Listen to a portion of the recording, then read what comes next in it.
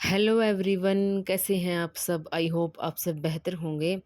आज हम करेंगे सीडीपी का chapter measurement, assessment and evaluation की मापन, आकलन और मूल्यांकन। तो सबसे पहले समझें कि ये क्या होता है। ठीक है, तो डेफिनेशन है मेजरमेंट की, मापन इसको बोलते हैं हिंदी में। Measurement is the process of assigning numbers to object according to certain assigned rules। ये जो डेफिनेशन है ये है स्टीवेंस के अनुसार। हिंदी में है मापन किन्हीं स्वीकृत नियमों के अनुसार वस्तुओं को अंक प्रदान करने की प्रक्रिया होती है। और जो नियमों के अनुसार वस्तुओं या फिर घटनाओं को अंकों या संख्याओं में व्यक्त करना मापन कहलाता है।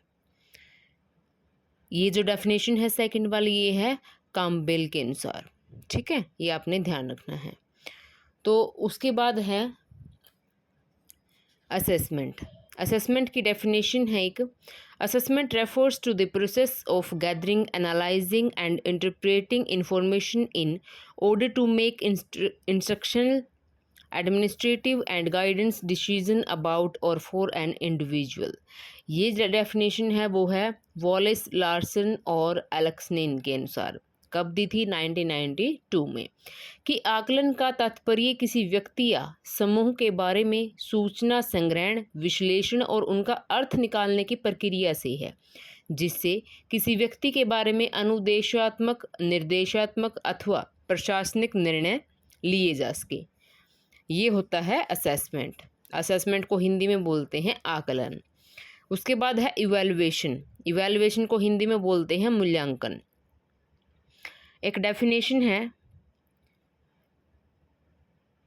डंडेकर के अनुसार, evaluation may be defined as a systematic process of determining the extent to which educational objectives are achieved by pupil is। कि मूल्यांकन की परिभाषा एक व्यवस्थित रूप में की जा सकती है जो इस बात को निश्चित करती है कि विद्यार्थी किस सीमा तक उद्देश्य प्राप्त करने में समर्थ रहा है। इसको बोलते हैं इवैल्यूएशन की मूल्यांकन। ये आपने ध्यान रखना है। यहाँ पे एक फिगर दिया गया है, उसमें ये जो कंसेप्ट हैं तीनों, मेजरमेंट, असेसमेंट और इवैल्यूएशन, ये तीनों इसमें डिफाइन किए गए हैं। मेजरमेंट है done through test. It refers to the process by which the attributes और dimensions of some physical object are determined. इसको बोलते हैं मेजरमेंट। नेचर इसका होता है न्यूमेरिकल, इसे ऑब्जेक्टिव है, प्रोडक्ट ओरिएंटेड है और based on quantity achieved. Assessment है measurement plus test. It is a method of collecting, reviewing and using data gathered in measurement for the purpose of improvement in the current performance। Diagnostic process है ये, formative है, process oriented है और based on observation and positive and negative point. उसके बाद है evaluation. Evaluation क्या है? Measurement plus assessment. वो क्या होता है? Evaluation. Evaluation is a process of judgement of value और worth of a process of और प्रोडक्ट विच में the achievement, aptitude, interest, skill etcetera. तो प्रोसेस ऑफ जजमेंट होता है ये, समेटिव होता है, प्रोडक्ट ओरिएंटेड होता है और based on level of quality as per set standard. तो ये है तीनों का concept, measurement, assessment and evaluation. Question number 1 है, मेजरमेंट का सबसे उपयुक्त अर्थ क्या है? What is the most appropriate meaning of measurement?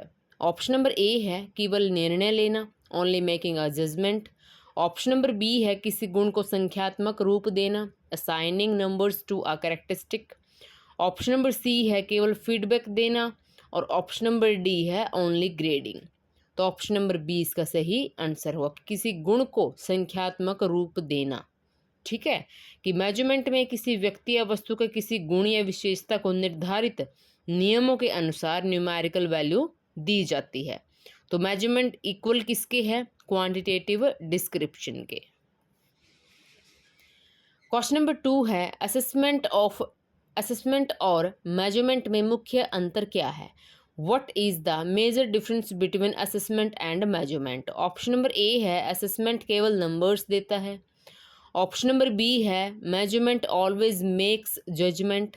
Option number सी है assessment collects and interprets evidence.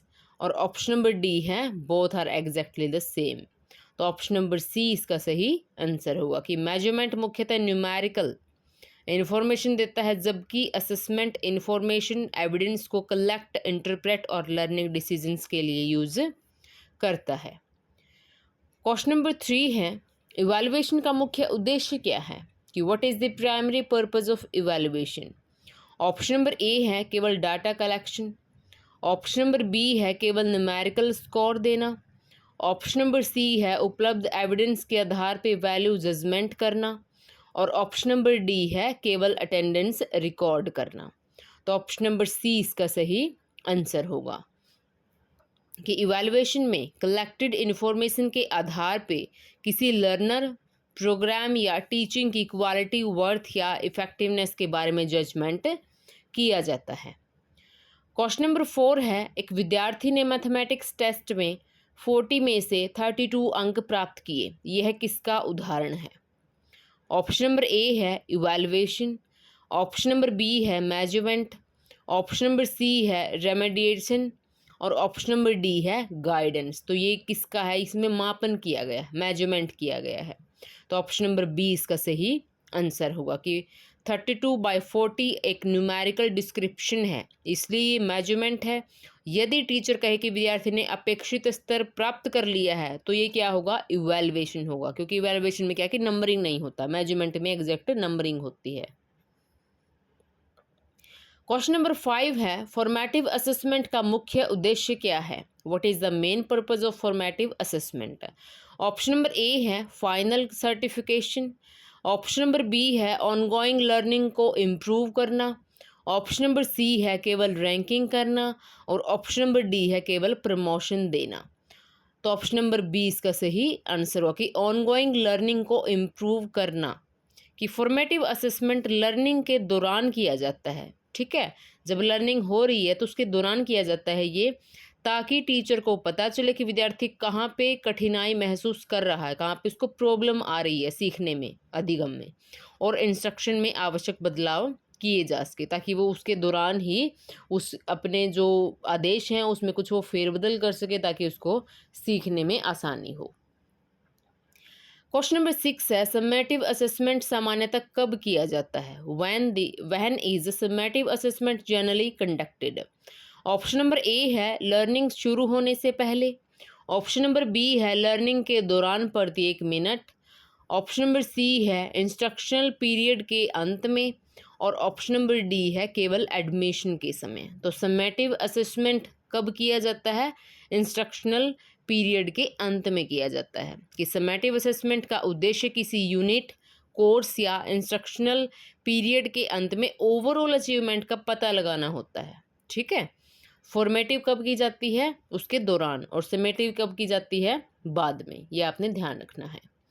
Question number 7 है डायग्नोस्टिक असेसमेंट का प्रमुख उद्देश्य क्या है, what is the major purpose of diagnostic assessment.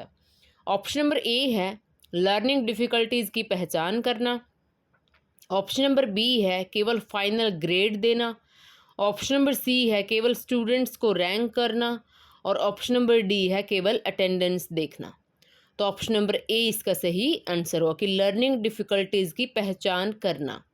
तो जो डायग्नोस्टिक असेसमेंट होता है, जिसमें जो डिफ़िकल्टीज़ होती है ना लर्निंग के दौरान, उसकी पहचान की जाती है।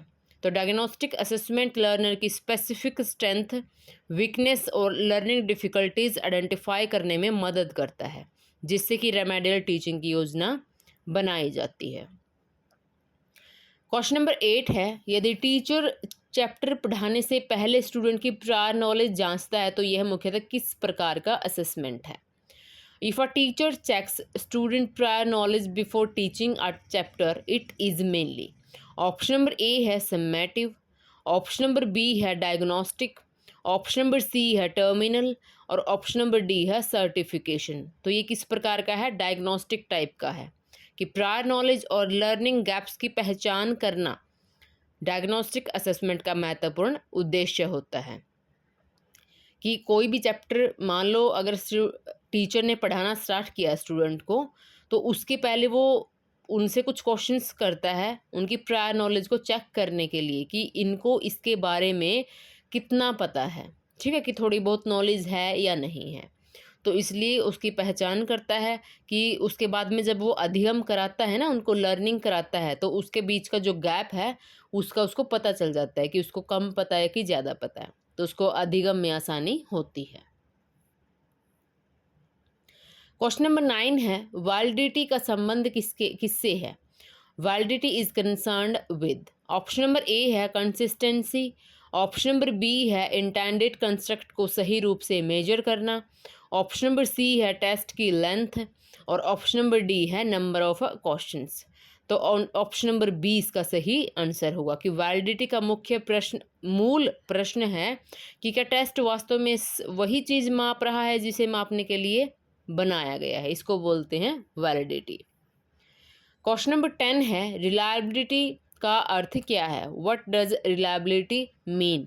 ऑप्शन नंबर ए है accuracy of a purpose, option number B है consistency of measurement, option number सी है डिफ़िकल्टी ऑफ टेस्ट, और ऑप्शन नंबर डी है लेंथ ऑफ टेस्ट। तो रिलायबिलिटी का मीन क्या होता है? कंसिस्टेंसी ऑफ मेजरमेंट, कि उसमें कंसिस्टेंसी कितनी बनी हुई है मेजरमेंट में, मापन में। रिलायबिलिटी असेसमेंट रिजल्ट की कंसिस्टेंसी और डिपेंडेबिलिटी से संबंधित होता है। समान परिस्थितियों में रीजनेबली कंसिस्टेंट रिजल्ट मिलने चाहिए।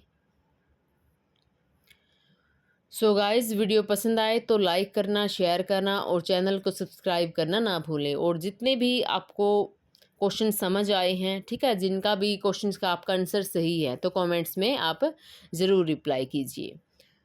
तो थैंक यू फॉर वॉचिंग।